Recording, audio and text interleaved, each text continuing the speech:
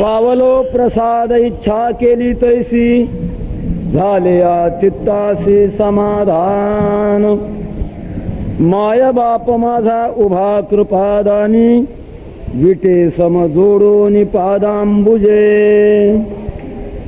सांभाळासी येऊन दिता उणीव अधिकार गौरव राखे तैसा माय बाप माझा उभा कृपादानी विटे समजोडून पादांबुजे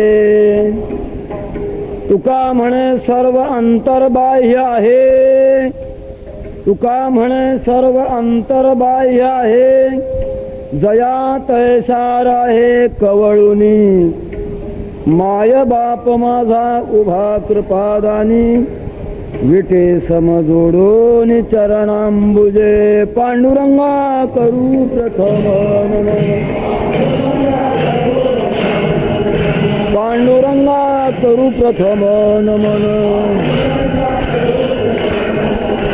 विसर चरण संतांच्या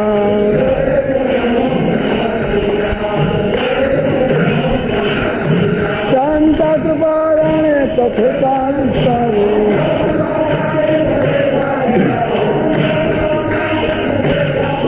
शांता कृपाने कथेचा विस्तार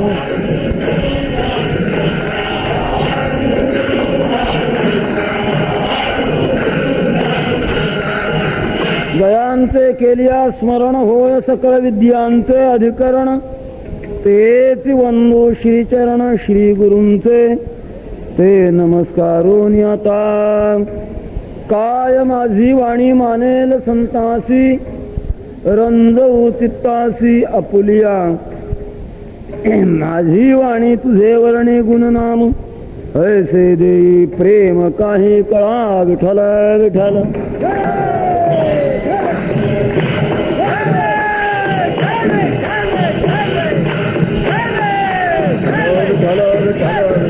पावलो प्रसाद इच्छा केली तैसी झाले या चित्तासी समाधान विश्वसंत जगद्गुरु श्री तुकाराम महाराज यांची भक्ती जीवनातील शिखरस्थ प्रसाद प्राप्त झालेली ही वाणी आहे विठ्ठल विठ्ठल विठ्ठल विठ्ठल विठ्ठल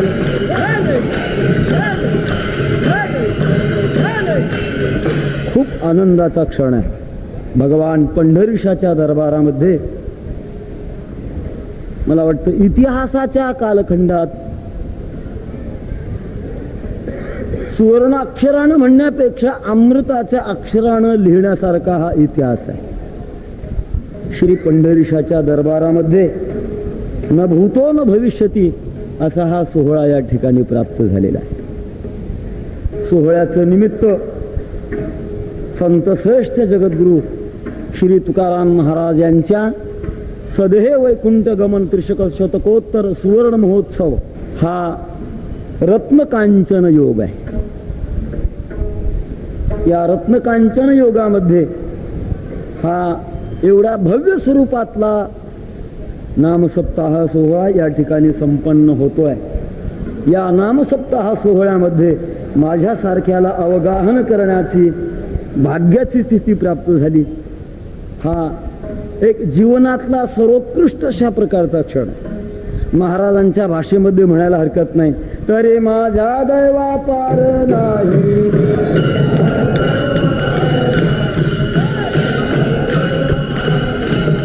त्यामुळे मज घडोत्याची सेवा त्यामुळे मज घडोत्याची सेवा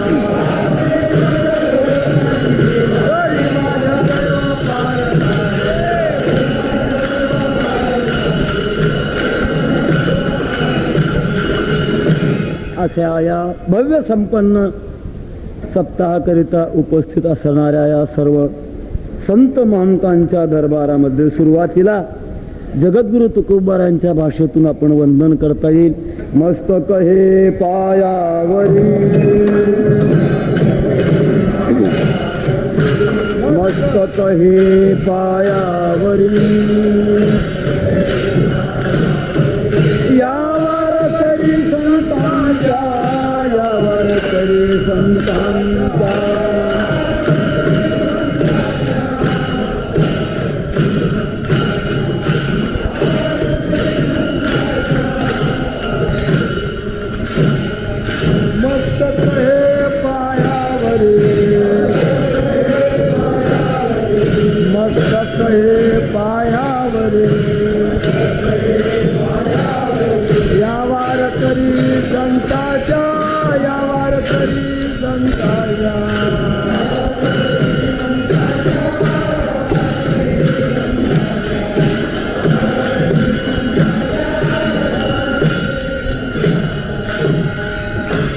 वारकऱ्याचा जगद्गुरु तुकोबारायांचा सहज संबंध आहे.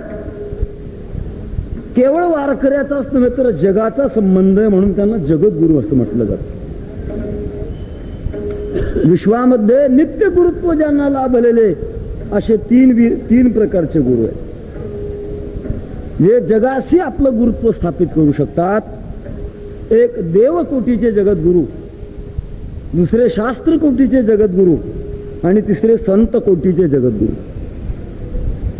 देवकोटीचे जगद्गुरु श्रीकृष्ण वंदे जगद्गुरु, भगवान श्रीकृष्ण परमात्मा हे देवकोटीत्वातून जगाचे गुरु आहेत.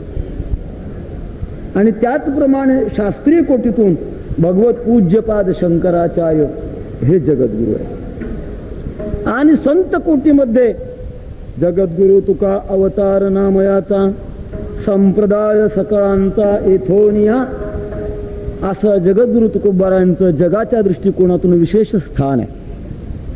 महाराजांचा आणि वारकऱ्यांचा स्वाभाविक संबंध आहे.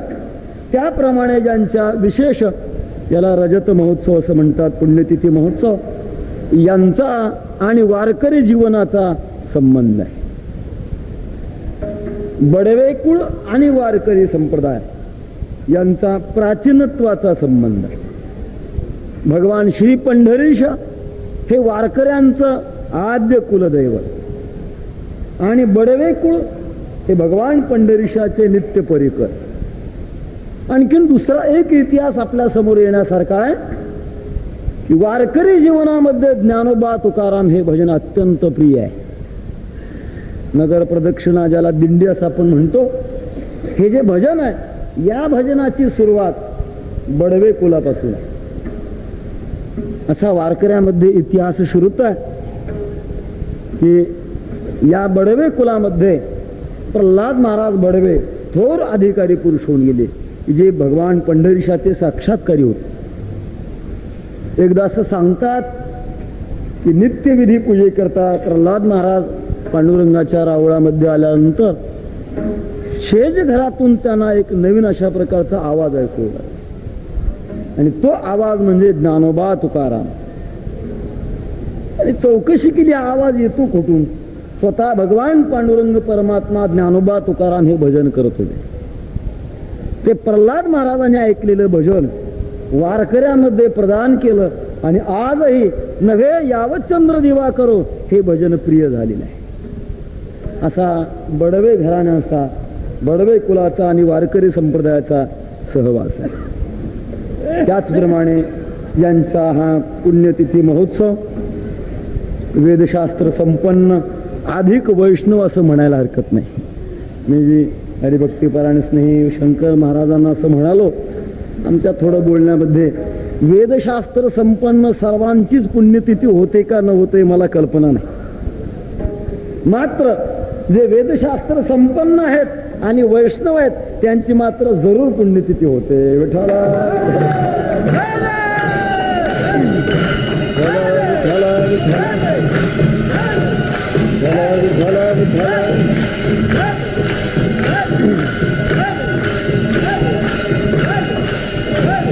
यांची पुण्यतिथी, त्यांचे सुपुत्र आणि वैष्णव असं म्हणता येईल. हरिभक्तीपरायण शंकर महाराज बडवे आज महाराष्ट्राला परिचित आहेत. जिथे जिथे वारकरी संप्रदायातले मोठे मोठे उत्सव होतात, बहुतेक पहिली सेवा शंकर महाराज बडवे यांची. कारण भगवान पंढरीशाचे नित्य परिकर ही एक श्रद्धा आणि जगाला ज्ञान देणारी आद्य देवता शंकर, म्हणून शंकरापासून सप्ताहाची सुरुवात. विठाला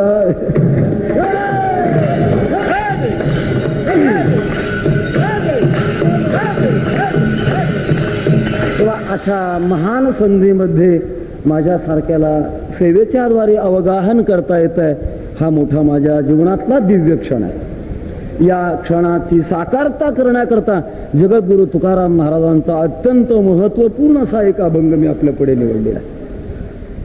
महाराजांची भक्ती जीवनातली शिखरस्थ अनुभवाची भाषा. या पलीकडे वारकरी संप्रदायात श्रेष्ठ अनुभव नाही. आपल्या अनुभवाचा अनुवाद या सुंदरशा प्रकारच्या भाषेतून तुकाराम महाराज करतात. अनुभव असणं आणि अनुवाद करणं या दोन गोष्टी वेगळ्या वेगळ्या आहेत. काहींना अनुभव असतो परंतु अनुवाद करत नाहीत आणि काही अनुवाद करतात परंतु अनुभव नसतो. आणि एक असा वर्ग आहे की त्याला अनुभवही असतो आणि तो अनुवादही करतो.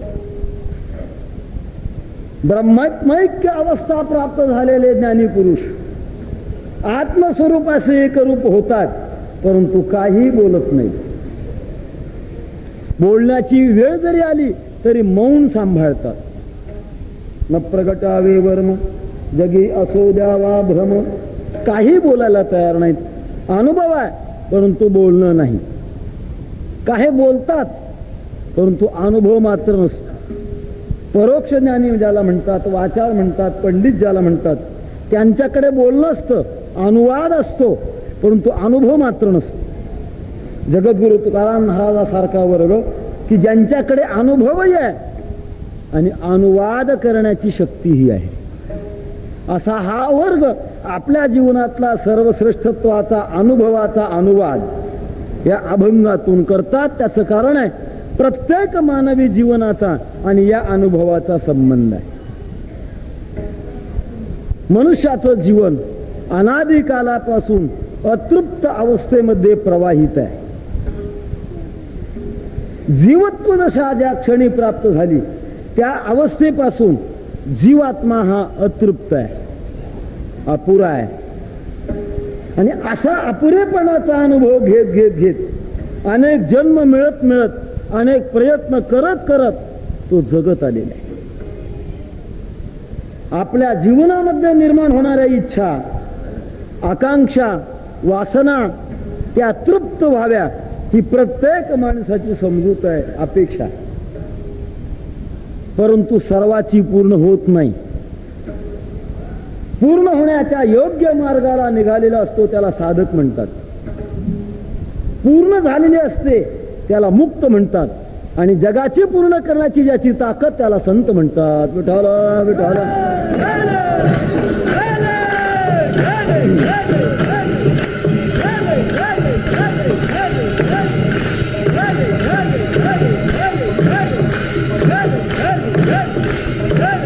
स्वभावता माणसाचा आणि समाधानाचा सहज संबंध आहे.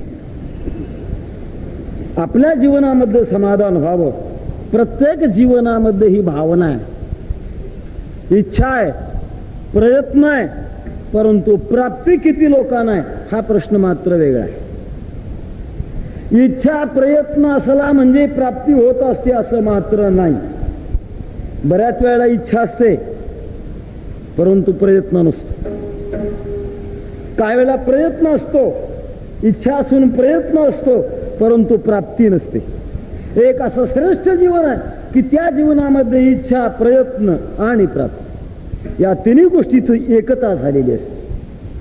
सामान्य माणसाला समाधानाची इच्छा आहे, प्रयत्न आहे. कशावरून प्रयत्न? ज्ञानोबा म्हणतात, सायास करिसी प्रपंच दिननिसी. रात्रंदिवस प्रयत्न आहेत, समाधानाचे प्रयत्न आहेत. या समाधानाचा आपला नित्य संबंध असावा. समाधानाचं आणि आपलं अंतर कमी व्हावं, नवे नवे संपावं ही प्रत्येकाच्या मनातली भावना आहे. परंतु एक असा वर्ग आहे ज्याचं समाधानाचं अंतर सारखं वाढतच असतं, हा एक वर्ग आहे. दुसरा असा वर्ग आहे त्याचा आणि समाधानाचं अंतर कमी होत असतं, हा दुसरा वर्ग आहे. तिसरा असा वर्ग आहे त्याचं आणि समाधानाचं अंतर संपलेलंच असतं, हा तिसरा वर्ग आहे. आणि चौथा वर्ग जो आहे तो जवळच्या समाधानाला जगाला वाटण्याकरता उपस्थित असतो, हा चौथा वर्ग आहे. संसारामध्ये पामर मनुष्य त्याचं आणि समाधानाचं अंतर वाढलेलं असतं. तो एकीकडे असतो आणि समाधान दुसरीकडेच असतं. परमार्थाची साधना करणारा जो साधक आहे त्याचं आणि समाधानातलं अंतर कमी होत गेलेलं असतं. कमी होत होत होत एक भाग्याचा क्षण प्राप्त झाल्यानंतर तो समाधानाशी एकरूप होतो. त्याचं आणि समाधानाचं अंतर संपलेलं असतं, त्यावेळेला त्याला मुक्त असं म्हणतात. आणि असा महात्मा, मुक्त महात्मा, जगाच्या कळवळेने जगाला आपलं समाधान देण्याकरता उपस्थित होतो, सुरुवात करतो. सेवितो हारस वाटितो वाणिका, यारे होऊ नका राम भरी, यारे होऊ नका.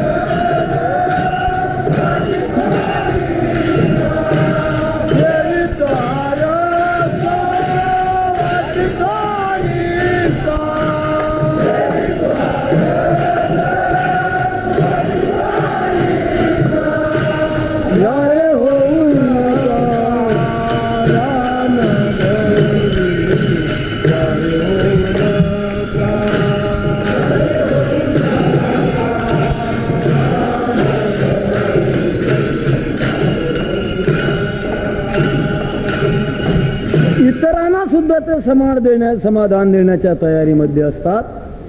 ज्या समाधानाची अत्यंत तीव्र गरज समाजाकरिता आहे, नव्हे समाधानाकरिता मनुष्य माणसाचं सर्वस्वी जीवन जर कशा करता असेल तर समाधानाकरिता. अनेक वस्तू मनुष्य जवळ करतो, वस्तू करता नसते, वस्तूचं साध्य समाधान आहे. घर म्हणा, नोकरी म्हणा, पैसा म्हणा, सत्ता म्हणा, आरोग्य म्हणा, जी काही संसारामध्ये अनेक प्रकारच्या बाबी आहेत, सगळ्या गोष्टीला मनुष्य जवळ जे करतो त्याचं महत्वाचं ध्येय आहे समाधान. प्रत्येक गोष्टी करता उत्तर आहे. ही गोष्ट कशा करता, त्याला उत्तर आहे समाधानाचा. ज्ञान कशा करता मिळतं, संसारातलं ज्ञान कशा करता, याला उत्तर आहे पैसा करता. पैसा कशा करता, संसारातल्या अनुकूल वस्तू मिळवण्याकरता. वस्तू कशा करता, जीवनामध्ये समाधान होण्याकरता. पुन्हा प्रश्न करा, समाधान कशा करता, याला मात्र उत्तर नाही. समाधान कशा करता, कारण जो आपला आत्माच आहे, जे आपलं स्वरूपच आहे, असं स्वरूपात्मक अशी जी स्थिती ज्याला समाधान असं म्हणतात, ते समाधान प्रत्येकाच्या जीवनामध्ये असावंसं वाटतंय. प्राप्त होण्याची इच्छा आहे, झाल्यासारखं वाटतंय, परंतु खरं टिकत नाही, म्हणून आपल्याला समाधान झालं नाही अशी माणसाची अवस्था निर्माण. झालेलं समाधान एका शब्दातून सांगायचं ठरलं तर बिघडतं, आणि बिघडलेलं समाधान मिळवण्याकरता माणसं अनेक प्रकारची प्रयत्न करतात. असं मिळत नाही, कमीत कमी आपल्या घराचं नाव तरी समाधान गृह ठेवतात. एखाद्या हॉटेलचं नाव समाधान हॉटेल ठेवतात. कमीत कमी आपल्या मुलाचं तरी नाव समाधान ठेवतात. परंतु समाधान बिघडतं. का बिघडतं, खरं सांगू का, सिद्धांतातून झालेलं नसतं म्हणून बिघडतं. समाधान झालेलंच नसतं म्हणून बिघडतं. बिघडण्याचे अनेक कारण आहेत. योग्य डिग्री मिळत नाही म्हणून बिघडतं, अनुकूल पैसा मिळत नाही म्हणून बिघडतं, उभं राहिल्यानंतर निवडून येत नाही म्हणून बिघडतं. समाधान बिघडण्याची कारण अनेक असतील. संसाराच्या क्षेत्रामध्ये समाधान बिघडणं ही सर्व जीवाची अवस्था आहे. छोटासा एक दृष्टांत ठेवला. एक भूदेव, ब्राह्मणदेव एका राजाकडे मदत मागण्याकरिता गेले. राजाने सांगितलं, मी मदत देईन पण तशी देणार नाही. प्रजेला विनाकारण देण्या घेण्याची सवय लावणं हा माझा स्वभाव नाही. प्रत्येकानं आपल्या नैतिक जीवनातून जगावं ही माझ्या जीवनाची प्रणाली आहे. मी तसं देणार नाही. म्हणून काय करणार, मी प्रश्न निर्माण करणार आणि त्या प्रश्नाचं उत्तर जर देता आलं तर मग मी तुम्हाला मागेल ते देणार आहे. ब्राह्मण देवाने सांगितलं, करा काय तुम्हाला प्रश्न करायचे, त्याचं मी देवाच्या कृपेनं उत्तर देतो. योगायोगाने एक अत्यंत अवघड असणारा परंतु अनावश्यक असणारा. काही प्रश्नाची उत्तर अवघड आहेत परंतु ती अनावश्यक आहेत. तसा तो प्रश्न राजाने विचारला. पहा म्हणाले, एक माझ्या जीवनातला असा प्रश्न आहे, माझ्या सर्व अवयवावर केस आहेत परंतु माझ्या तळ हातावर केस नाही, त्याचं काय कारण आहे? सांगा म्हणाले याचं उत्तर. आता याचं उत्तर काय सांगावं? देवाचं स्मरण केलं आणि लागलीच चटकन उत्तर दिले. पण म्हणाले त्याचं उत्तर असं आहे, तुम्ही मोठे उदार आहात, कर्णाचे अवतारच. येणाऱ्या याचकाला विनमुख न लावताना काहीतरी सारखं देत राहणं हा तुमचा स्वभाव आहे. म्हणून वस्तू देऊन देऊन तुमच्या तळहातावर एकही केस राहिलेला नाही, म्हणून तुमच्या तळहातावर केस नाहीत. म्हणा बरं वाटलं, एवढी मोठी स्तुती केल्यानंतर कोणाला बरं वाटणार नाही. ठीक आहे म्हणाले, माझ्या हातावर नाही परंतु तुमच्या हातावर नाही, त्याचं काय कारण आहे? त्यांना वाटलं आली पंचायत, पहिलं उत्तर बरं झालं, देऊन संपलं होतं. आता काय करायचं हे म्हणा. त्याचा उत्तर असा आहे की तुमचे देऊन देऊन झडले आणि माझे घेऊन घेऊन झडले. बरं म्हणाले, फार चतुर दिसतात, प्रश्नामध्ये अडकत नाहीत. आणखीन तिसरा प्रश्न विचारून आले, एवढी मोठी सभा आहे, एवढी मोठी दरबारामध्ये माणसं आहेत परंतु कोणाच्याच तळ हातावर केस नाहीत. म्हणाले, माझ्या तुमच्या तळ हातावर केस नसण्याचं कारण मला कळालं, परंतु या दरबारातल्या सगळ्याच मंडळीच्या तळ हातावर केस नाही, त्याचं काय कारण आहे? ते म्हणजे त्याचं एक महत्वाचं कारण आहे, तुमचे देऊन झडले माझे घेऊन झडले. आपला देण्या घेण्याचा व्यवहार सगळ्या दरबारातल्या लोकांनी पाहिला, त्यांना इच्छा होती आपल्यालाही काही मिळावं परंतु त्यांच्या हातापर्यंत काही पोहोचलं नाही म्हणून हात चोळत बसले, त्याच्यामुळे त्यांच्या तळ हातावरचे केस झडले. दृष्टांत मोठे असं नाही, अनेक प्रकारची कारणं असू शकतील परंतु तळ हातावर केस नाही हे सगळ्यांच्या शरीराच्या दृष्टीने समान आहे. तसं संसाराच्या क्षेत्रामध्ये समाधान बिघडणं हे सर्वांचं सारखं जीवन आहे. कशानं बिघडतं हा प्रश्न वेगळा. एक महत्वाचं सिद्धांताचं वाक्य मी बोलून गेलो. समाधान संसारामध्ये का बिघडतं? झालेलं नसतं म्हणून बिघडतं. म्हणून समाधानाचे महत्वाचे 3 प्रकारचे आपल्याला प्रकार पाडता येतील. एक झालेलं समाधान, दुसरं असलेलं समाधान आणि तिसरं मानलेलं समाधान. मानलेलं समाधान बिघडत असतं, असलेलं समाधान आहे त्या स्थितीमध्ये राहत असतं आणि झालेलं समाधान सारखं वाढत असतं. विठ्ठल विठ्ठल.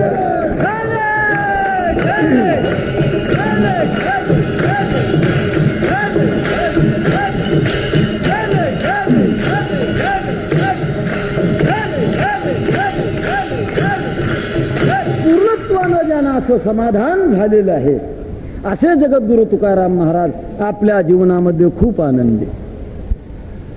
वस्तुतः संसाराच्या दृष्टिकोनातून पाहिलं तर तुकाराम महाराजांच्याकडे काय होतं असा एक जर प्रश्न आपण केला तर तुकाराम महाराजांच्याकडे काय होतं, आणि दुसऱ्या बाजूचा असा जर प्रश्न केला तुकाराम महाराजांच्याकडे काय नव्हतं. असे दोन्ही अंगाचे प्रश्न आहेत. संसाराच्या दृष्टिकोनातून पाहिलं तर तुकाराम महाराजांच्याकडे काय होतं? एखादं चांगलं घर होतं, संपत्ती होती, गावामध्ये मान होता, समाजात प्रतिष्ठा होती. काय होतं? काही नव्हतं. दुसरी बाजू जर विचारामध्ये घेतली, काय नव्हतं? सर्वच होतं. राजे छत्रपती शिवाजी महाराजांसारखे अनुकूल होते. सामान्य माणसाला सध्या मंत्र्यांची भेट घेण्याकरता कोणाला तरी मध्यस्थी करावी लागते. तुकाराम महाराजांच्याकडे शिवाजी महाराज आपण होऊन येत असत. केवढा मोठा अधिकार होता. रिद्धी सिद्धी अंगणामध्ये लोळून घेत होत्या. स्वतः लक्ष्मीपती परमात्मा जवळ उपस्थित होता. काय नव्हतं? अर्थात सर्व समृद्ध अशा प्रकारचं जीवन. अशा सर्व समृद्ध जीवनाची हकीकत आम्ही असं का झालो असा जर जगापुढे प्रश्न निर्माण झाला तर तुकोबार आहे त्याचं उत्तर अभंगाच्या पहिल्या चरणात निर्माण. प्रसाद इच्छा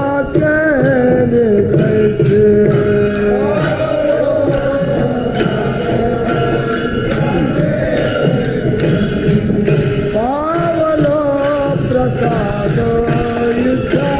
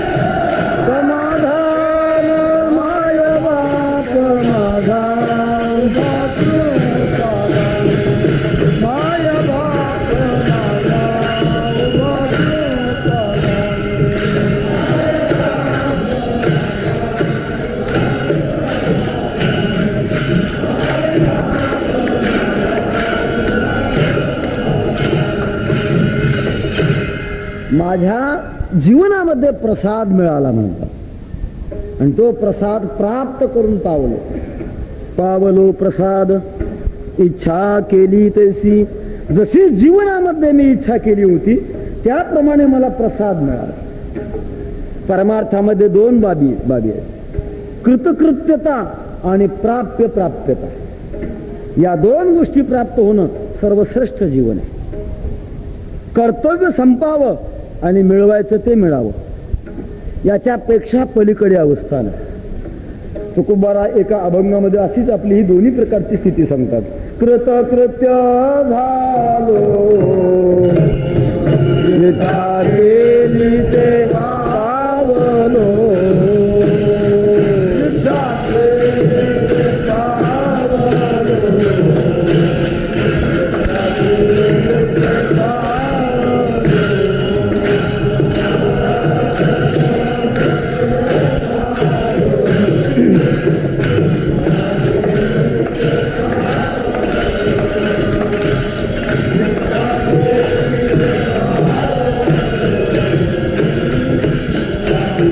केली ते पावलो.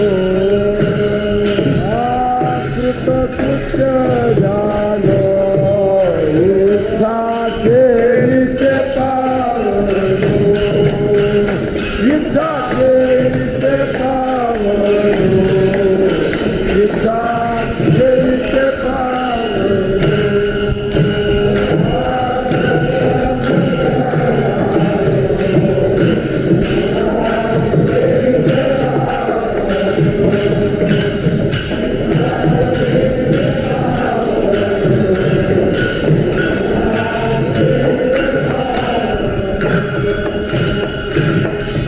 कर्तव्य संपावं आणि प्राप्तव्य मिळावं अशा पूर्ण स्थितीला प्राप्त होणं त्याच्याकरता प्रसाद लागतो. आणि तो प्रसाद प्रत्यक्षात भगवान पांडुरंग परमात्म्याचा प्रसाद मला मिळाला. प्रसादाची भावना सांसारिक जीवनामध्ये आहे. प्रसाद देण्याची जगात फक्त दोघांना शक्ती आहे, एक संत आणि देव. इतर प्रसाद देऊ शकत नाही. संसारामध्ये सुद्धा काही माणसं प्रसाद शब्द वापरतात, परंतु त्याला फार खाली आणून वापरतात. त्यातल्या त्यात मराठी भाषिक माणसं काही चांगल्या शब्दाला खाली कसं ओढावं फार चांगला विचित्र प्रकारचा प्रयत्न करतात. एखाद्या वेळेला अंधारामध्ये अडचणीमध्ये हात घालण्याची वेळ यावी आणि तिथे काहीतरी ठणका मिळावा. माणसं म्हणतात आम्हाला प्रसाद मिळाला. कशाला प्रसाद वापरतील काही सांगता येत नाही. तो प्रसाद नव्हे, प्रसादाचा तो विकृत भाव आहे. संसारातल्या वस्तू मिळणं याला सुद्धा काही माणसं प्रसाद समजतात. ज्याचा विषय जड आहे तो प्रसाद नव्हे, ज्याचा विषय चेतन आहे तो खऱ्या अर्थानं प्रसाद आहे. शास्त्रामध्ये प्रसाद कशाला म्हणतात? प्रसाद असतो प्रसन्नता. ज्याच्यामुळे अंतःकरणाची प्रसन्नता पूर्णपणे राहते, कधीही मोडू शकत नाही, त्याला प्रसाद असं म्हणतात. विकृत अशा प्रकारच्या संसारातल्या वस्तू मिळणं हा जीवनातला प्रसाद नव्हे. वैकुंठवासी गुरुवर मामासाहेब आपल्या जीवनातला एक प्रसंग सांगायचे. कोणीतरी एक पुरुष अत्यंत स्नेहानं प्रेमानं आनंदानं भारावलेल्या अवस्थेमध्ये मामासाहेबांच्या दर्शनाला आला आणि आल्यानंतर मोठ्या आनंदानं बोलायला लागला, मामासाहेब संतांचा प्रसाद झाला, संतांचा प्रसाद झाला. त्यांना असं वाटलं की संतांचा प्रसाद म्हणजे एखाद्या याला वैराग्याची प्राप्ती झाली, ज्ञान मिळालं किंवा भगवंताचा साक्षात्कार झालेला असावा, असं काहीतरी झालेलं असावं. काय झालं तुला संतांचा प्रसाद झाला म्हणजे? त्यांनी सांगितलं, मामा 2 हाताचे 4 हात झाले. ते थोडे फटकळ होते. त्यांनी सांगितलं, बाबा तुझे 2 हाताचे 4 हात होणं बरं आहे, पण त्याच्याकरता संतांचा प्रसाद समजू नकोस. जवळजवळ तुझं 40 वर्ष वय दिसतंय, आतापर्यंत तुला कोणीच पत्करलं नव्हतं. जिने तुझ्या गळ्यात माळ घातली तिचा प्रसाद समज. संतांचा प्रसाद समजून. संसारातल्या वस्तू मिळणं याला प्रसाद म्हणता येत नाही. प्रसाद तो श्रीमद भगवद्गीताकारांना विचारा, प्रसाद म्हणजे काय? प्रसादे सर्व दुःखानां हानिरस्योपजायते प्रसन्न चेतसो ह्याशु बुद्धिपर्यवतिष्ठते. प्रसाद हा परमात्मा किंवा संत देतात आणि देत असताना काही वेळा काही वस्तूच्या माध्यमातून देतील, तर काही वेळा वस्तू विरहित प्रसाद देतील. काही वेळा शब्दातून प्रसाद मिळतो, काही वेळा दृष्टीतून प्रसाद मिळतो, काही वेळा स्पर्शातून प्रसाद मिळतो, तर काही वेळा संकल्पातून प्रसाद मिळतो. विठाला विठाला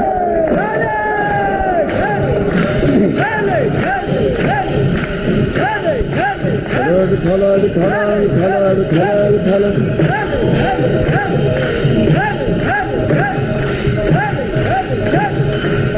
प्रसाद मिळण्याचे अनेक प्रकारचे तरीके आहेत. जगद्गुरु तुकाराम महाराज म्हणतात मला प्रसाद मिळाला, पण तो कसा प्रसाद मिळाला? देणाऱ्याच्या इच्छेने मिळाला नाही, घेणाऱ्याच्या इच्छेने मिळाला. मागणाऱ्यामध्ये दोन वर्ग आहेत. एक वर्ग असा की देणाऱ्याच्या इच्छेनं जेवढं दिलं तेवढं घेणारा, आणि दुसरा असा वर्ग आहे स्वतःच्या इच्छेनं मागणारा. त्याची संपत्ती त्याचा सत्कार करून त्याला पाठवावं. आणि दुसरा असा काही एक याचक असतो, तो याचक आपल्या इच्छेनंच मागतो. तो देणाऱ्याच्या इच्छेकडे पाहत नाही, आपली इच्छा करतो आणि ती प्रकट करून मला हेच पाहिजे असं मागतो. मातोश्री सीतेच्या पर्णकुटिकेजवळ साधूचा वेश घेऊन रावण आला, परंतु जे दिलं आणि जसं दिलं तसं मात्र त्याने घेतलं नाही. हट्ट घेतला, मला तुम्ही इथे येऊन द्या. मागणारे काही हट्ट घेतात, मागणारा हा सुद्धा स्वतंत्र असतो. दुसरं उदाहरण आहे, बळीराजाच्या दरबारामध्ये वामन आले आणि मागणी मागितली. देणाऱ्याच्या इच्छेनं मागितली नाही, घेणाऱ्याच्या इच्छेनं मागितली. महाराज म्हणतात आम्ही काही इच्छा केल्या, परमार्थ जीवनामध्ये इच्छा केली. पहिलं चरण इतकं विचाराचं चरण आहे. मला प्रसाद मिळाला आणि जशी इच्छा केली तसा मिळाला. हा महाराजांचा इच्छा केली हा शब्द जरी असला तरी तो इच्छेचा शब्द वेगळ्या स्वरूपाचं चिंतन सांगणार आहे. विठाला विठाला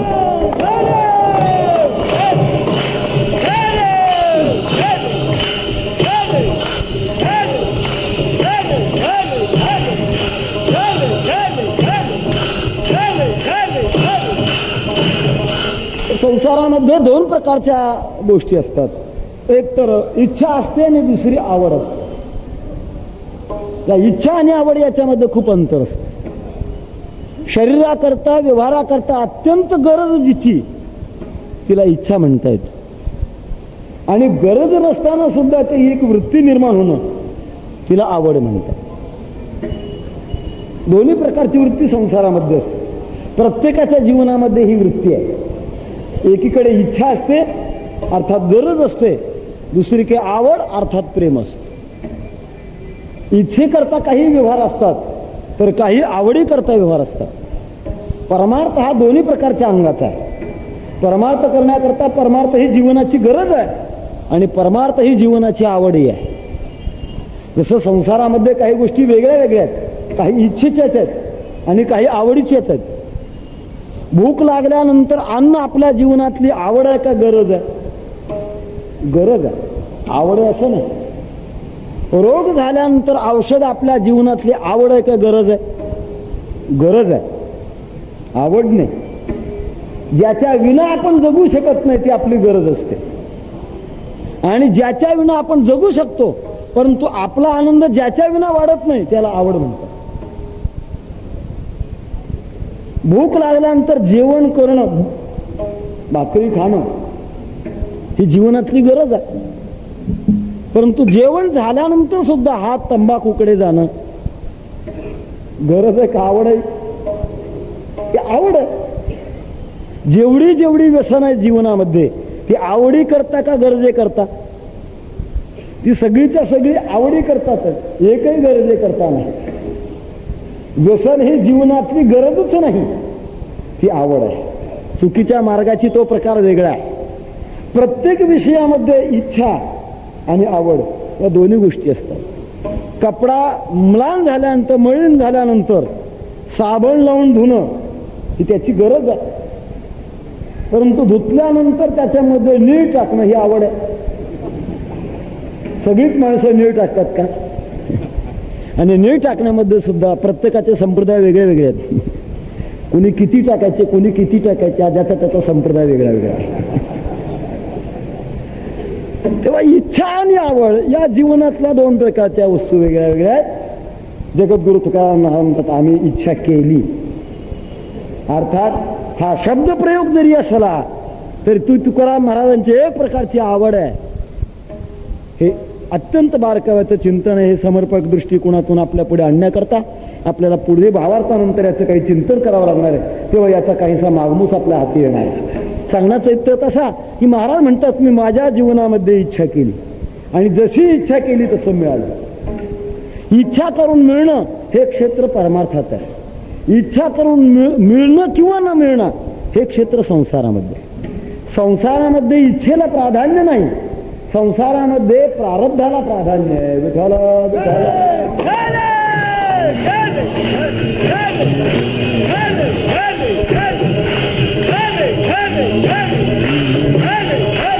जेवढं जेवढं संसारामध्ये आहे ते माणसाच्या इच्छेनं मिळतं का प्रारब्धानं मिळतं? सगळं जर इच्छेनं मिळालं असतं तर कोणीही परमार्थामध्ये प्रवेशित झाला नसता. परमार्थ करायची गरजच काय? जर इच्छा करून जर संसारामध्ये सगळं जर मिळालं असतं तर परमार्थ नावाची अवस्था शिल्लक राहिली नसते. म्हणून जगद्गुरु तुकाराम महाराज म्हणतात की संसारामध्ये जे मिळतं ते माणसाच्या प्रारब्धाने मिळतं. प्रारब्धेची जोडे धन, प्रारब्धेची जोडे धन,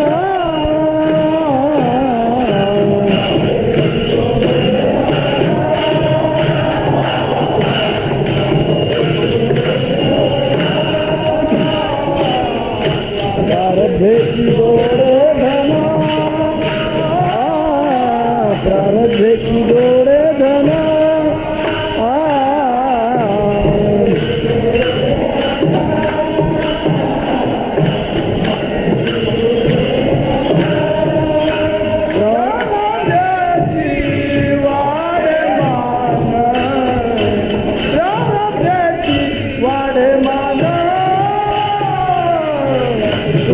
करी शिवा, करी शिवा,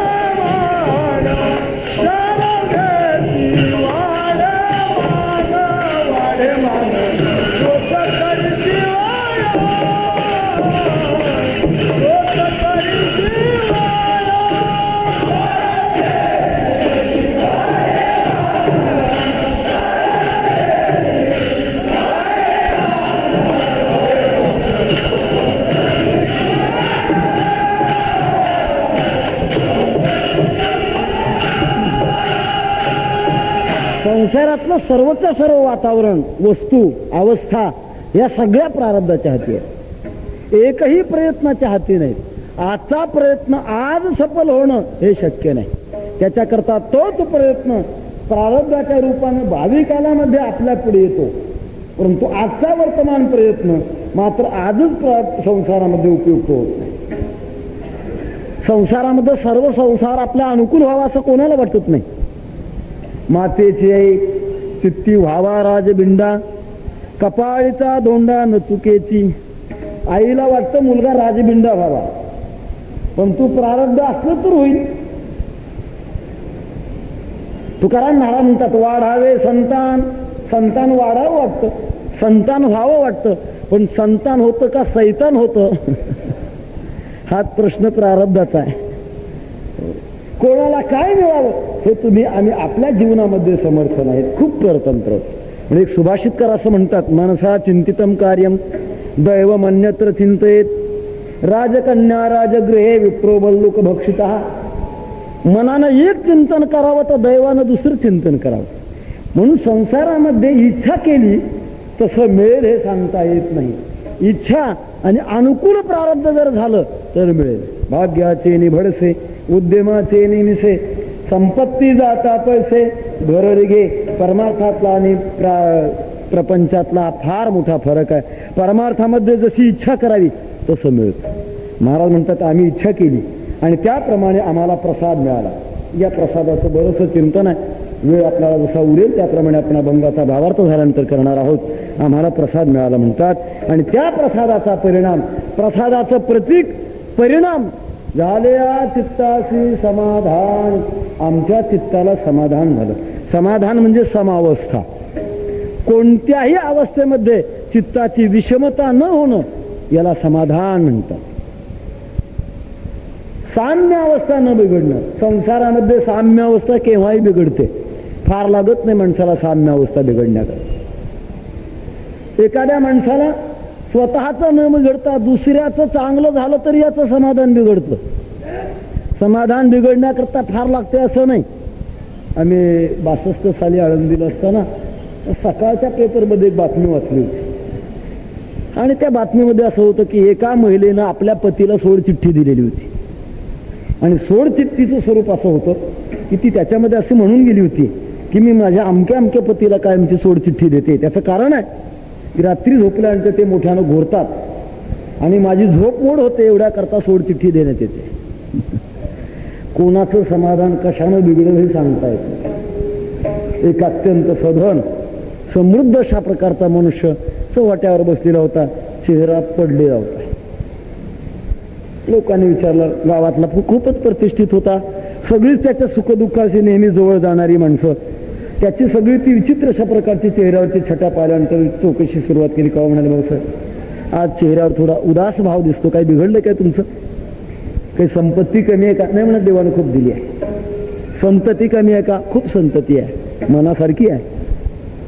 कुटुंब सगळं मनासारखं आहे. काय बिघडलं मग चेहऱ्यावर थोडी उदासी दिसते? काय कारण आहे? त्याचं कारण असं आहे की शेजारच्या घरी मुलगा झालाय. शेजारच्या घरी मुलगा होणं आणि तुमचं समाधान बिघडणं याचा काय संबंध आहे? त्याचं असं होतं म्हणाले. फार दिवसापासून इच्छा होती. आमच्या शेजाऱ्याला त्याचं वय जवळजवळ 50 वर्ष झालंय. 50 वर्षापर्यंत मुलगा झालेला नव्हता. मला असं वाटत होतं की आता तो स्वतःचं घर विकल्याशिवाय राहणार आणि त्याने एका विक्रीला काढलं की घेणार हाच पठ्ठा आहे. माझ्या मनात इच्छा होती की ते आपल्याला घर घ्यायला मिळेल. पण तू दुर्दैव असा आता त्याला मुलगा झाला. तो आता कायमचा चांगला संसार करणार. घर आपल्याला कशाला विक्री काढणार? त्याच्यामुळे माझं समाधान बिघडलं. दुसऱ्याचं चांगलं झालं तरी संसारात याचं समाधान काही नव्हताना बिघडतं आणि याचं जवळचं सगळे राहून सुद्धा समाधान बिघडतं. सांगण्यात येत तसा चित्ताची विषम अवस्था बनणं म्हणजे समाधान बिघडणं. आणि कोणत्याही अवस्थेमध्ये आपल्या जीवनामध्ये विषमता न होणं याचं नाव समाधान अवस्था. ज्ञानोबराच्या म्हणण्यातून मी रूप असो आणि थोरे देह दुःखाचे डोंगरे दाटी जो परिभाळे चित्त न गटे. चित्तामध्ये विषम अवस्था होणारच नाही. जगद्गुरु तुकाराम महाराजांची केवढी विषमता. भौतिक विषमता जर पाहिली थोडंच आपण बोलून गेलो. काय महाराजांना संसारिक दृष्टिकोनातून अनुकूलता आपल्याला दिसण्यासारखी होती. घर अत्यंत अशा प्रकारच्या विचित्र परिस्थितीचं. घरावर चढण्याकरता पायऱ्या लागत होत्या परंतु उतरण्याकरता मात्र पायऱ्याची गरजच नव्हती. कारण वर चढल्यानंतर ते घर टिकतच नव्हतं. ते आपोआपच वर जाणारा खाली येत होता. कारण महाराजांचीच भाषा अशी आहे. एरंडाशी थार दुजा भार नसाहाती. भारच सहन होत नव्हतं अशा प्रकारचं घर. सांपत्तिक परिस्थिती आम्ही सदैव सुडके जवळी येता चोर धाके. गावात मान होता का? कुठल्याही प्रकारचा मान झालेला होता. गावातली मंडळी तुकाराम महाराजांना वेड म्हणत होती. वेडा तुका अविचार करी बडबड फार. गावातली माणसं मान देत नव्हती. गावातील प्रतिष्ठित माणसं मान देत नव्हती. उलटी रागावलेली होती. कोपला पाटील गावीचे हे लोक आता मज भीक कोण घाली. हे जाऊ द्या, गावातलं जाऊ द्या, बाकीचं जाऊ द्या, घरात तरी समाधान होतं का? गृहलक्ष्मीजीला अर्धांगी असं म्हणतात. त्यांचा स्वभाव तुकाराम महाराजांनी वर्णन केलेला आहे. बरे झाले देवा बाईल कर्कशा. महाराज म्हणतात माझी पत्नी मला कडक मिळाली. काय बिघडलं का? समाधान. समाधान बिघडलं नाही, बरं झालं म्हणतात. कारण का नाहीतरी अशा गुंततो तेथे. कुटुंब जर सगळं मनाला अनुकूल असतं, गोड बोलणार असतं, तर माझी कदाचित तिथे आसक्ती लागली असती. मी नेहमी अनुदान सांगतो, बऱ्याच वारकऱ्यांच्या वाट्याला असा माल आलेला असतो. वारकऱ्यांना समाधान म्हणावं की देवाची आपल्यावर कृपा आहे. सांगण्याचा इतर तसा संसाराच्या कुठल्याही क्षेत्रामध्ये अनुकूलता नसताना परंतु त्यांचं समाधान बिघडलं नाही, कारण हे झालेलं समाधान आहे. सिद्धांताच्या भाषेनं काही विचारवंतांना हा शब्द खटकणार आहे, परंतु याचं समाधान मी नंतर करणार आहे. समाधानाची 3 प्रकार मी सांगून गेलो. मानलेलं समाधान नेहमी बिघडत असतं. असलेलं समाधान हे बिघडतही नसतं आणि होतही नसतं, ते आहे तसंच राहत असतं. परंतु तुकाराम महाराजांची भूमिका ही काही जगविलक्षण भूमिका, ते त्यांना झालेलं समाधान होतं. कशामुळे झालेलं होतं? तेने सदा चित्ता समाधान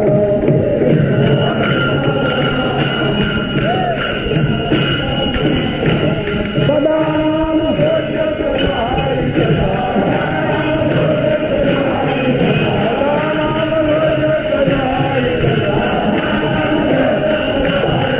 तेने सदा चित्ता समाधान.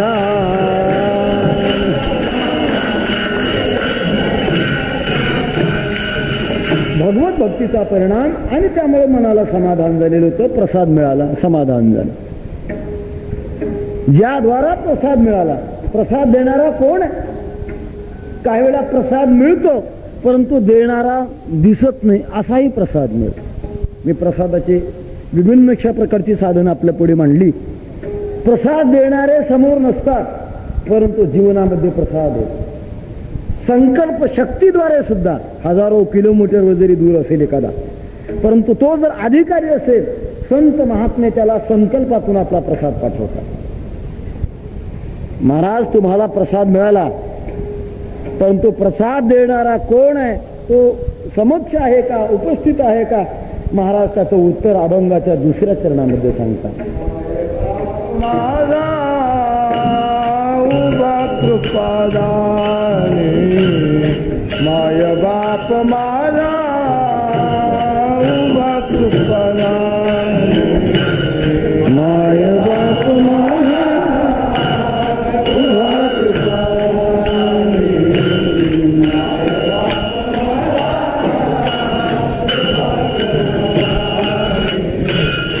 माय बाप माझा उभा कृपादानी माय बाप माझा उभा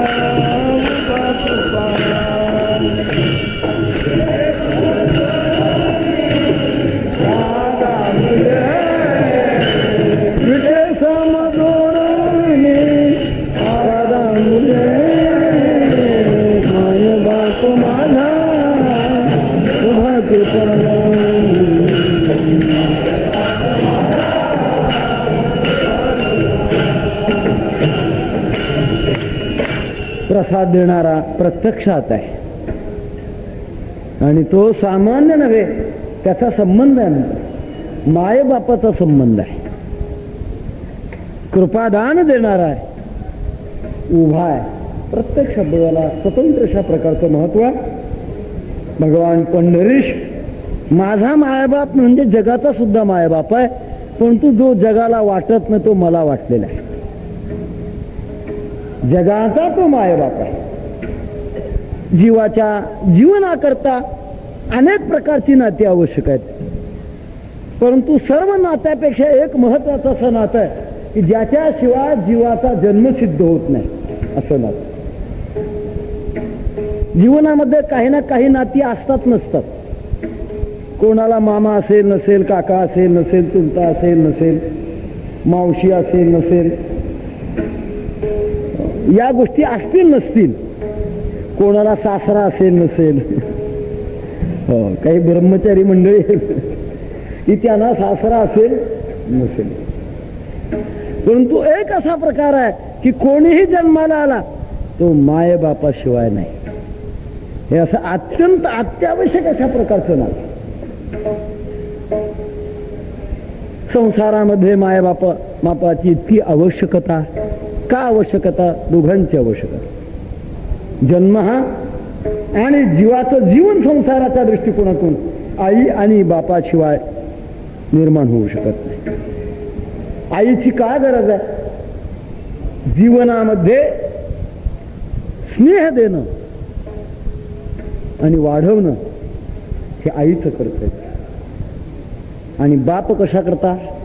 जीवनामध्ये ज्ञान आणि वैभव देण्याकरता बाप. दोघांची गरज आहे.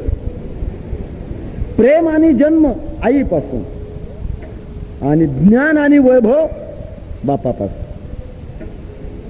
आई आपल्या जीवनामध्ये जन्म देते आणि प्रेम देते. केवढा मोठा त्याग. जिचे पिढे बाळ प्राण तियेचा विकळ, ऐसा नातेचा स्वभाव, सूत्र दोरी एक जीव. खूप अशा प्रकारचं प्रेम. तेव्हा प्रेमाचा करिता आणि जन्म प्राप्त होण्याकरता आईची गरज आहे. ज्ञान आणि वैभव देण्याकरता बापाची गरज आहे. परंतु दोन्ही नाती एकच आहेत. संसारामध्ये जी माय असते ती मायच राहते, बाप असू शकत नाही. आणि जो बाप आहे तो बापच राहतो, तो माय होऊ शकत नाही. अंशतः थोडस पुराणाकडे जर पाहिलं तर एक माय अशी ती माय येईन बापही आहे, आणि एक बाप असा आहे तो बाप येईन माये आहे. असं थोडं अपवादात्मक उदाहरण आपल्याला पाहायला मिळतं जे अलौकिक आहे. भगवान श्री गणेशांची आई आणि बाप दोन्ही एकच असं म्हणायला हरकत नाही. आणि भगवान ब्रह्मदेवाचा बाप आणि आई एकच म्हणायला हरकत नाही. परंतु जगाच्या सृष्टीच्या दृष्टिकोनातून जी माय असते ती मायच असते आणि जो बाप असतो तो बापच असतो. परमार्थाच्या नाट्यातून महाराज म्हणतात आम्हाला भक्तीमध्ये माय आणि बाप दोन्ही एकच आहे. नव्हे सगळीच्या सगळी नाती एकाच ठिकाणी आहे. विठ्ठल बाप माया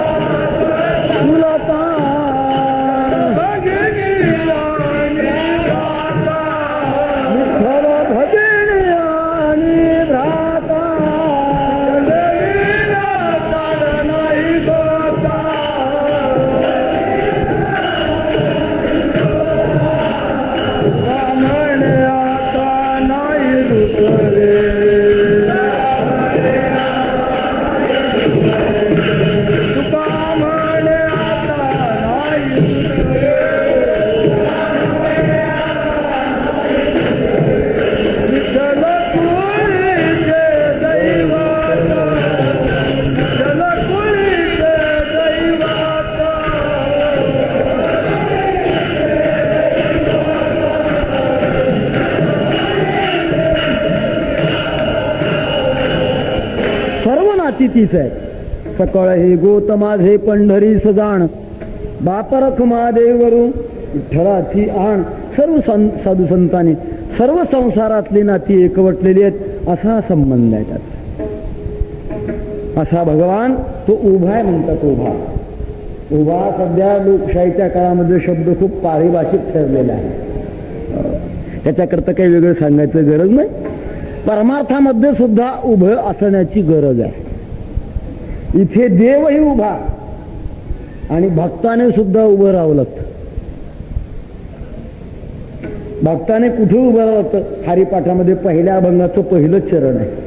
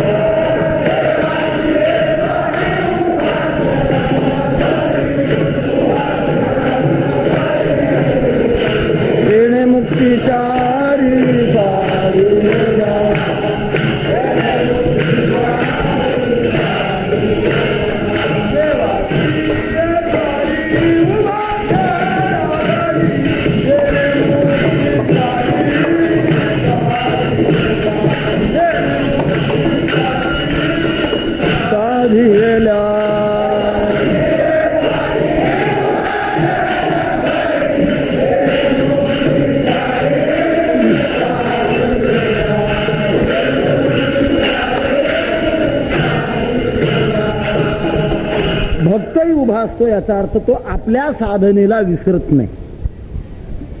सुखाच्या प्रसंगाला विसरत नाही, दुःखाच्या प्रसंगाला विसरत नाही. विठ्ठल सुखा विठ्ठल दुःखा तुकया मुखा.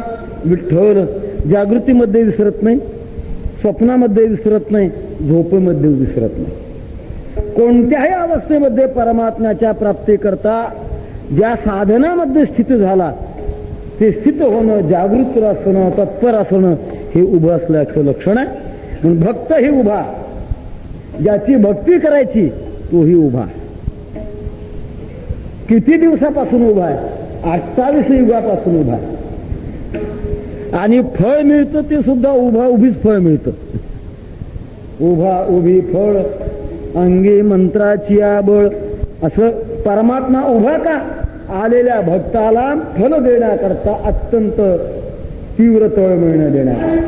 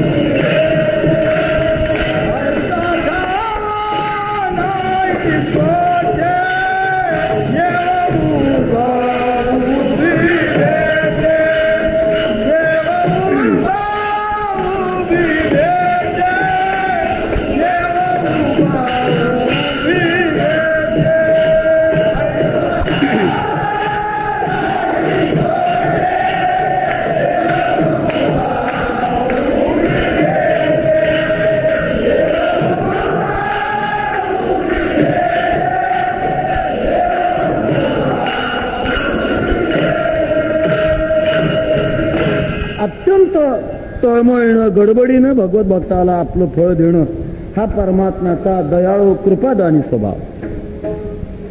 जीवात्मा परमात्म्याकडे येण्याकरता नुसता उद्युक्त का झाला की लागलीच दान देण्याची तयारी.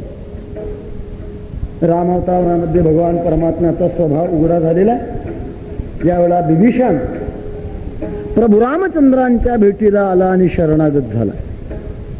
पहिल्या भेटीमध्येच प्रभू रामचंद्राने लक्ष्मणाला सांगितलं, लक्ष्मणा लवकर पाणी आण. आणि प्रभू पाणी कशा करता? संकल्प सोडायचा आहे. कशा करता संकल्प सोडायचा? लंका नगरी विभीषणाला देऊन टाकायची. शरण आल्याबरोबर त्याला द्यायच्या. लक्ष्मणाने विचारलं, प्रभू मोठ्या माणसाने अशी उतावळी करायचं कारण नाही. आणि का करायचं कारण नाही? तुला काही निश्चय नाही, आत्मविश्वास नाही, लंका नगरी आपलं साम्राज्य प्रस्थापित होणार याच्या विषयात काही शंका वाटते? आणि शंका वाटत नाही. मग शंका का घेतली? त्याचं कारण आहे म्हणाले, तुम्ही विभीषण शरण आल्याबरोबर त्याला लंका देणार, पण कदाचित जर रावणाच्या बुद्धीमध्ये फरक पडला आणि आपण सीता मातोश्रीला परत करावं, प्रभू रामचंद्राला शरण जावं, असं जर रावणाच्या डोक्यात कल्पना आली आणि तो जर तुम्हाला शरण आला तर मग तुम्ही काय देणार? प्रभू रामचंद्राने सांगितलं, लक्ष्मणा काळजी करू नकोस, आता तर लंका दिलीच विभीषणाला, परंतु माझी अयोध्या शिल्लक आहे, ती अयोध्या रावणाला देऊन टाकेल. केवढा मोठा उदार स्वभाव आहे. सांगण्याचा अर्थ असा स्वभाव ज्या विग्रहामध्ये, तो विग्रह सतत उद्युक्त असल्यामुळे महाराज असं म्हणतात, माय बाप माझा उभा कृपादाने. कसा उभा आहे? विटे समजोडोनिच पादांबुजे, पाय जोडलेले समान आहेत आणि विटेवर आहेत. नेहमीच आपण वारकरी मंडळी या विषयाचं चिंतन करणारे असल्यामुळे विशेष विस्तार करायला पाहिजेच असं नव्हे. तेव्हा अशा परिस्थितीमध्ये माझा मायबाप आहे आणि त्याने मला प्रसाद दिलेला आहे. ही तुम्हाला अवस्था प्राप्त झाली खरी. प्रसाद हा परमार्थावस्थेचा प्रकार आहे. एकीकडे पारमार्थिक अवस्था प्राप्त झाली म्हणजे व्यावहारिक अवस्था अनुकूल असतेच असं नाही. भक्त जीवनामध्ये परमात्म्याच्या कृपेमुळे आनंद समाधान जरी मिळालं तरी सांसारिक अवस्थेमध्ये संकट येतातच. पांडवांच्या जीवनामध्ये आली, अनेक भगवत भक्तांच्या जीवनामध्ये संकट उपस्थित झाली. अशा संकट काळामध्ये तुम्ही स्वतः काही संकटातून दूर जाण्याकरता काही प्रयत्न करणार का? आपल्या जीवनातली काही जबाबदारी कोणावर सोपवलेली आहे? कोणी तुम्ही या जबाबदारी करता कोणाकडे पाहून निर्भर आहात? तो या सर्व बाबतीमधलं या प्रश्नाचं उत्तर जगद्गुरु तुकाराम महाराजांनी अभंगाच्या 3ऱ्या चरणामध्ये दिलेले.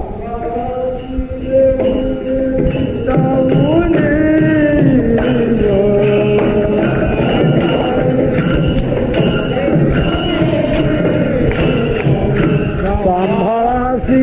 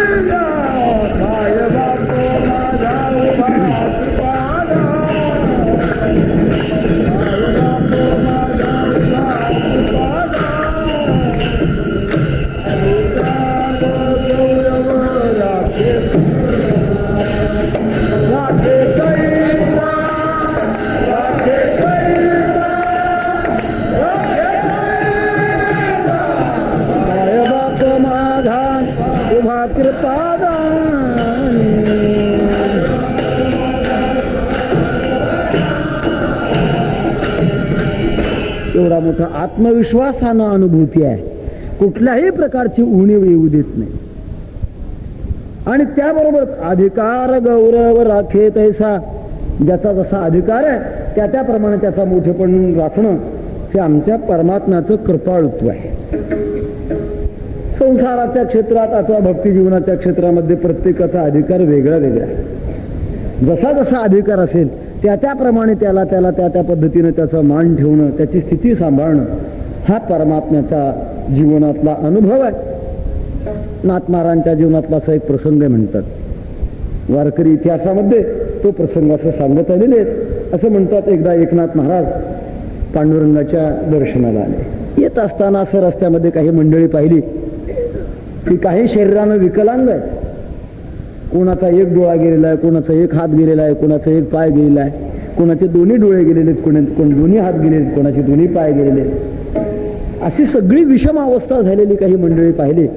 आणि पाहिल्यानंतर दर्शनाला उपस्थित झाल्यानंतर नाथ महाराजांनी देवाशी संभाषण करत असताना बोलले, देवा एवढे मोठे तुम्ही समर्थ, अनंत कोट ब्रह्मांड नायक, आणि असं असताना सर्व समर्थ असताना सुद्धा तुमच्या दरबारामध्ये काही दुःखी माणसं मला पाहायला मिळाली. का बरं दुःखी असावी? तुमच्या दरबारामध्ये तरी सर्व सुखी असावी, का विषमता? भगवान हसू लागले. नाथ महाराज आपल्या अत्यंत उत्तेजित स्वभावामध्ये बोलून गेले. काय म्हणाले? देवा, तुमच्यासारखी शक्ती जर मला जर असती ना, सर्वांना सुखी केलं असतं, कोणीही दुःखी ठेवला नसतं. भगवान परमात्मा हसू लागले. काय आहे? ईश्वराची उपाधी आणि संतत्व यात भेद असतो. भगवंतांनी सांगितलं, नाथ महाराज, तुमचं जर असं मानस आहे तर मग हरकत नाही, मी तुम्हाला माझी शक्ती देतो ना, माझं पदच देऊन टाकतो. तुम्हाला जर अशी इच्छा झाली, काय बिघडलंय? माझं पद तुम्हाला बी देऊन टाकतो.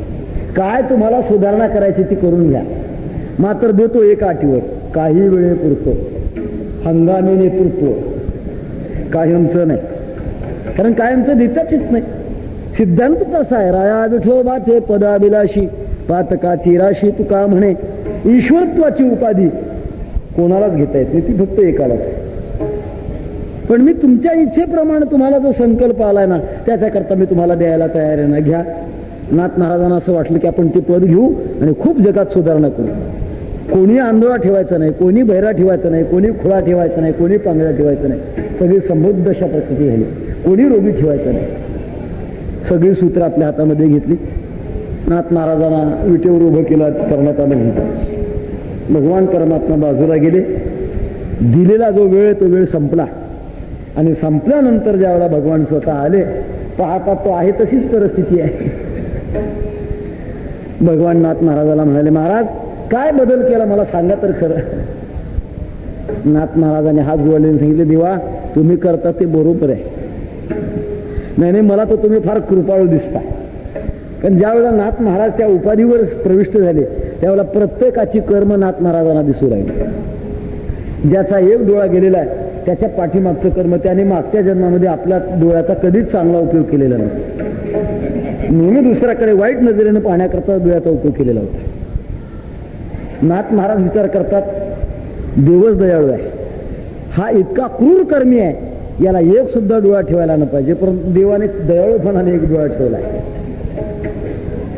प्रत्येकाचं जे कर्म ते नाथ महाराजांना दिसायला गेलो, तर शेवटी देवाने सांगितलं, आता उतरा खाली, काय बदल झाला ते मला सांगा. नाथ महाराजांनी सांगितलं, देवा तुम्ही करता ते फार चांगलं आहे, तुम्ही फार दयाळू आहात. विठ्ठल विठ्ठल.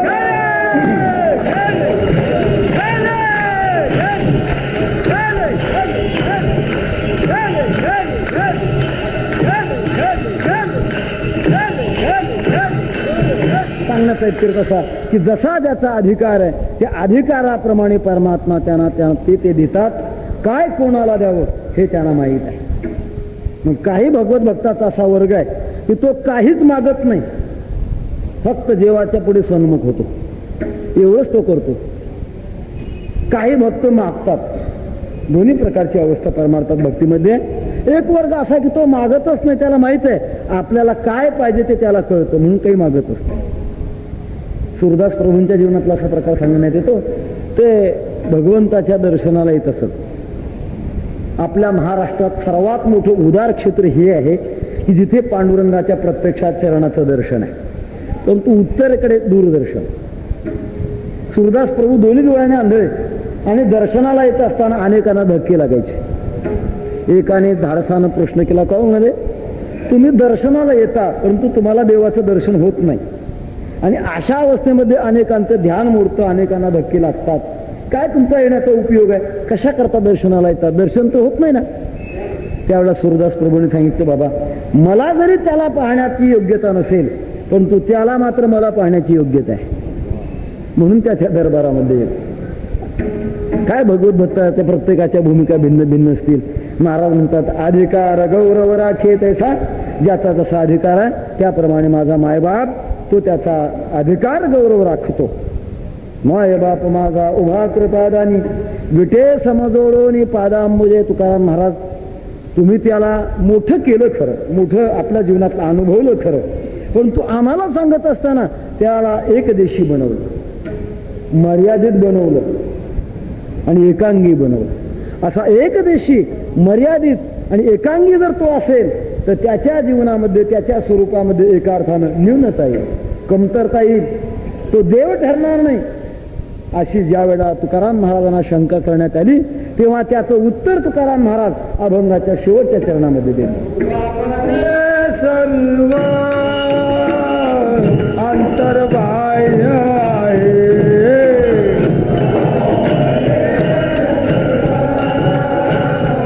अंतर्बाह्य आहे, तुकामने सर्व अंतर्बाह्य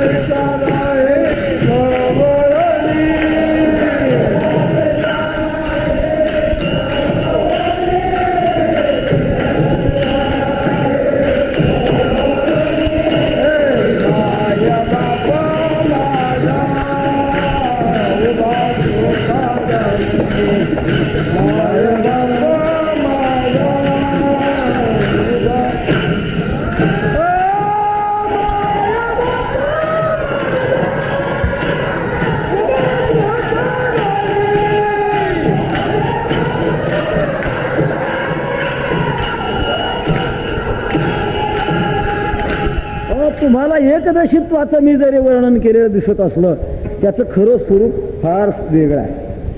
आणि अशा पद्धतीचं आहे. तुका म्हणे सर्व अंतर्बाह्य आहे, तो सर्व आहे तो अंतर्बाह्य आहे. सर्व याचा परमात्म्याच्या नामचिंतनामध्ये सर्व सर्व शिवस्थान भूतादिर निधिरव्यय, सर्व स्वरूप जे जे ब्रह्मांड येते ते त्याचं स्वरूप आहे. स्वरूप कशा पद्धतीचं आहे? तो आतही आहे बाहेर आहे. आता हरी बाहेर हरी, हरिने घरी कोंडिले बहिरंतश्च भूताना मचरंचरमेवच. तो बाहेरही व्यापून आहे आणि तो अंतरंगामध्ये व्यापून आहे. असं सर्व स्वरूपाचं, सगुण निर्गुण स्वरूपाचं, व्यक्त अव्यक्त स्वरूपाचं, साकार निराकार स्वरूपाचं सर्व स्वरूप त्याचंच आहे. असा सर्व समृद्ध असणारं त्याचं स्वरूप चिंतन.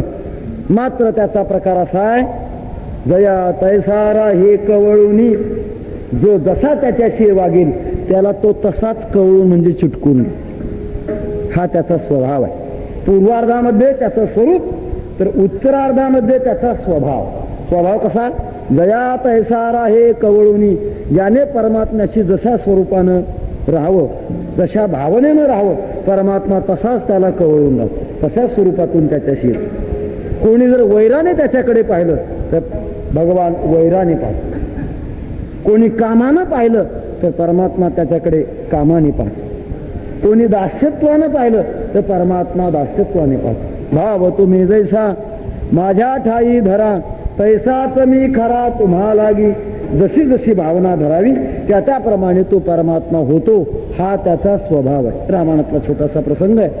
मातोश्री सीता लंकेमध्ये राक्षसिणीच्या वेड्यामध्ये असताना एके दिवशी खिन्न झालेल्या होत्या. एरवी सतत प्रभूचं नामचिंतन, पण तो एक असा क्षण, त्या क्षणामध्ये त्यांच्या चेहऱ्यावर विषण्ण भाव पसरलेला.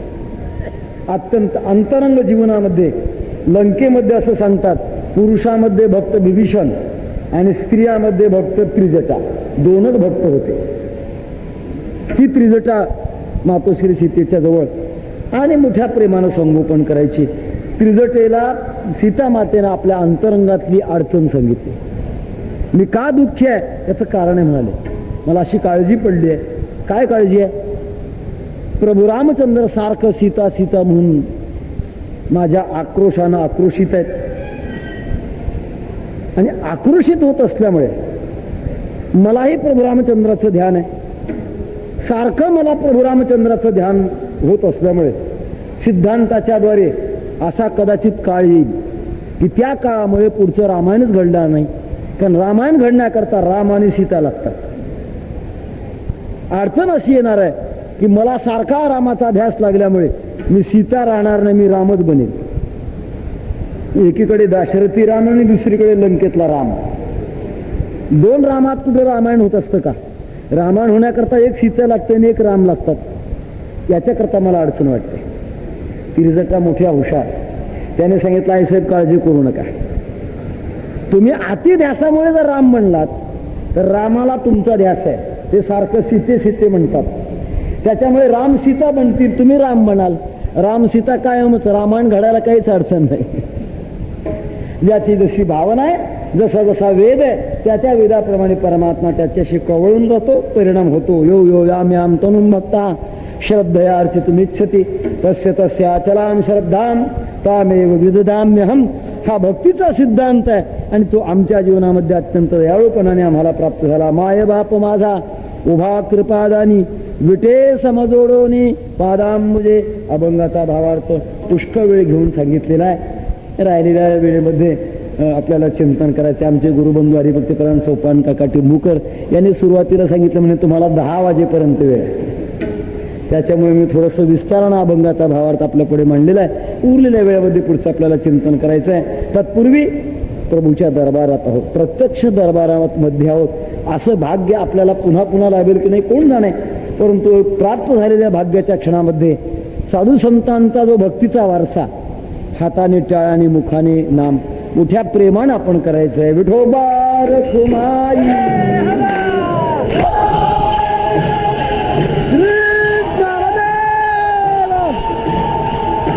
विठोबा रखुमाई जय जय विठोबा रखुमाई जय जय विठोबा रखुमाई जय जय विठोबा रखुमाई जय जय विठोबा रखुमाई जय जय विठोबा रखुमाई जय जय विठोबा रखुमाई विठोबा रखुमाई विठोबा रखुमाई विठोबा रखुमाई विठोबा रखुमाई विठोबा रखुमाई.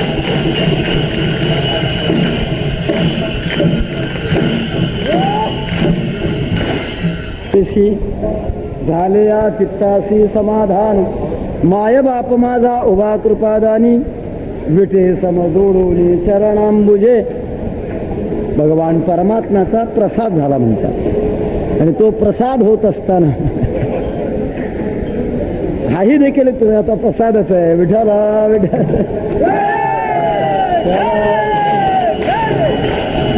विठ्ठला विठ्ठला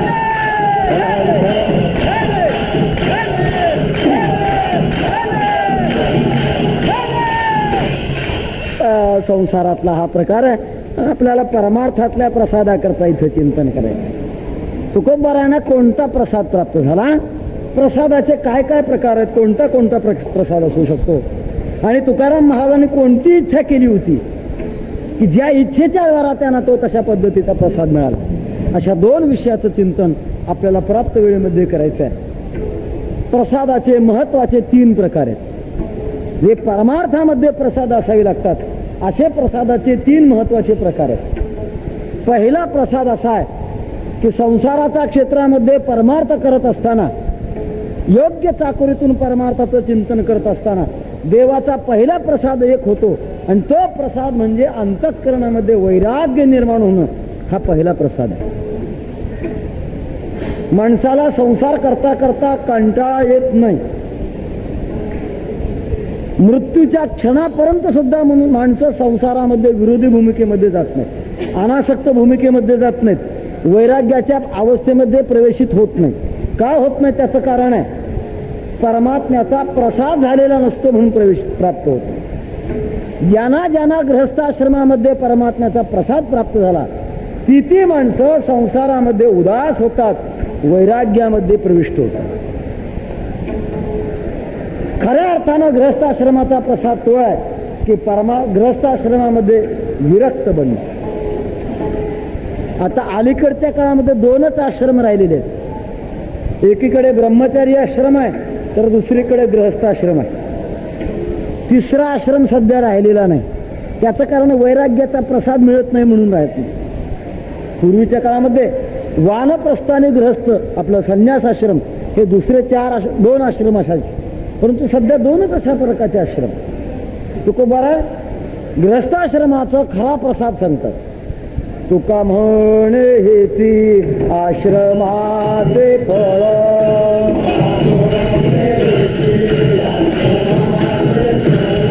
तुका म्हणे हेची आश्रमाचे फळ,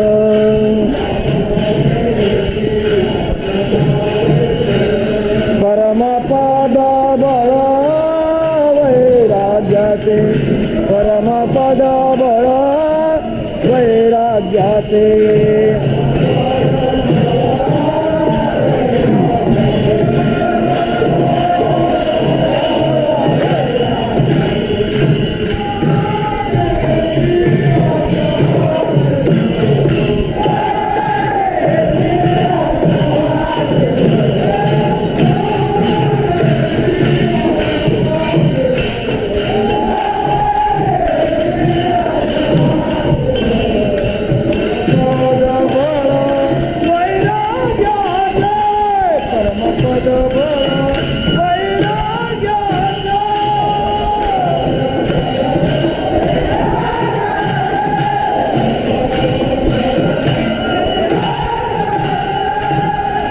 गृहस्थ जीवनामध्ये वरचेवर संसाराचा मोह वितळणं, आलिप्त होण्याचा प्रयत्न करणं ही देवाची एक प्रकारची कृपा आहे, प्रसाद आहे. वैराग्य सिद्धी देई जे पसायतया, स्वतः भगवान म्हणतात मी त्यांना वैराग्याचा प्रसाद.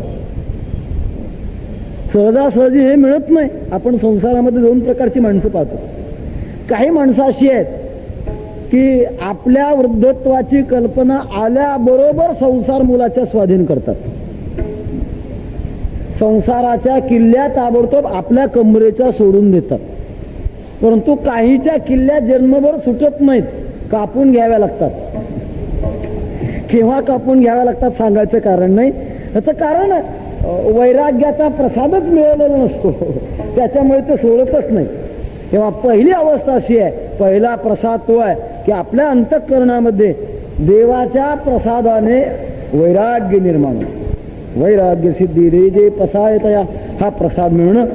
दुसरा देवाचा प्रसाद असा आहे, देवाच्या प्रसादे करारे भोजन, वाल कोण कोण अधिकारी. परमात्म्याच्या प्रसादामुळे आपला जीव भाव जातो आणि आत्मभाव निर्माण होतो, परमात्म भाव निर्माण होतो. मी वासुदेव तत्वता कळो येईल विचारिता, आहे ठाऊक सभाग्य संता, नाही तुझा आणि मागता गा. आपण जीव नाही, परमात्म्याच्या कृपेनं असं ज्ञान प्राप्त होत. भगवान म्हणतात आत्मबोधाचा पांजिरा सुयेतयात, मी त्याला आत्मबोधाच्या पिंजऱ्यामध्ये ठेवतो. एक प्रकारचा पिंजऱ्यामध्ये ठेवणं हा सुद्धा प्रसाद आहे. प्रभूच्या प्रसादाने आत्मबोध प्राप्त होणं आणि आत्मबोध प्राप्त झाल्यानंतर अंतःकरणामध्ये असलेलं समाधान मिसळतं. हे असलेलं समाधान आहे, संसारामधलं मानलेलं समाधान आहे. आणि तिसरं झालेलं समाधान मी सांगणार आहे. तिसरा प्रसाद असा आहे की परमात्म्याच्या प्रसादाने परमात्म्याचं प्रेम प्राप्त होणं हा तिसरा प्रसाद आहे. विठाला विठाला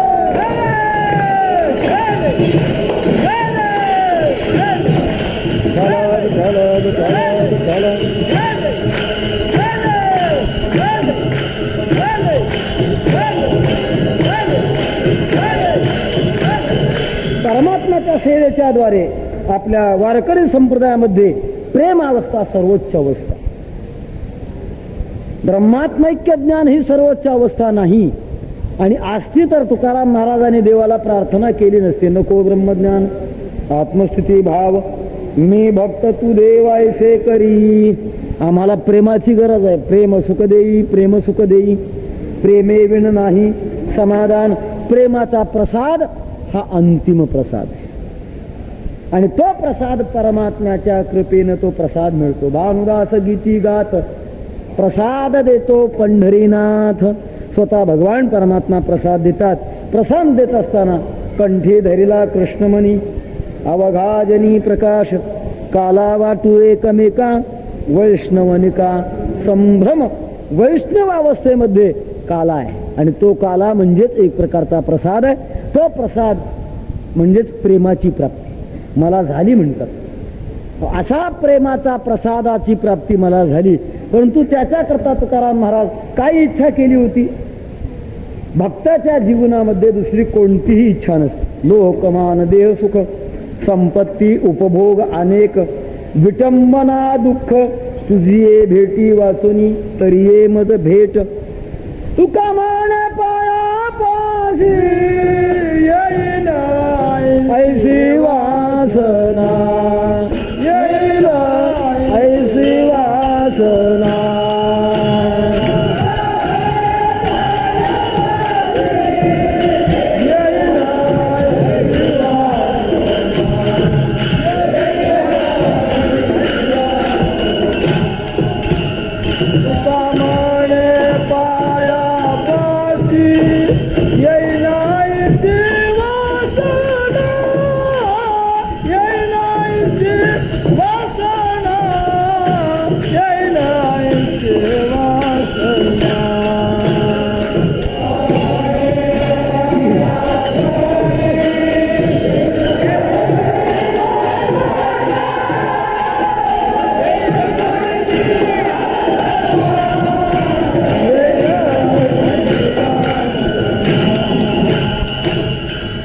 असलेलं समाधान तर केव्हाच झालेलं आहे, ते प्राप्त आहे. परंतु आम्हाला झालेलं समाधान पाहिजे आणि ते झालेलं समाधान होण्याकरिता परमात्मा आणि आम्ही भक्त या दोघांचा संबंध तो आमच्या जीवनात अनंत कालावधीपर्यंत तो टिकला पाहिजे. हाच जन्म नव्हे घेईन मी जन्म याजसाठी देवा तुझी चरण सेवा साधावया. जन्म घेईन आणि जन्म घेऊन याच स्थितीला प्राप्त होईल. आणि परमात्म्यापुढे आम्ही अशी इच्छा प्रगट केलेली आहे. आता दृष्टी पुढे ऐसा चितूर आहे जो मी तुझ पाहे पांडुरंगा.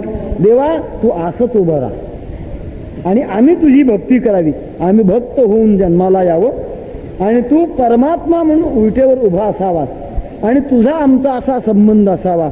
त्या संबंधाच्या द्वारे आमच्या जीवनामध्ये जी प्रेमाची परिणती आहे, प्रेमाची जी वाढ आहे, ती प्रेमाची का वाढ झाली की वाढीचा परिणाम झाले या चित्ताशी समाधान.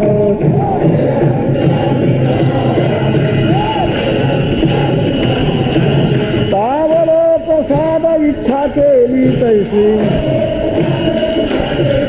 पावलो प्रसाद इच्छा केली तैसी झाले या चित्ताशी समाधान.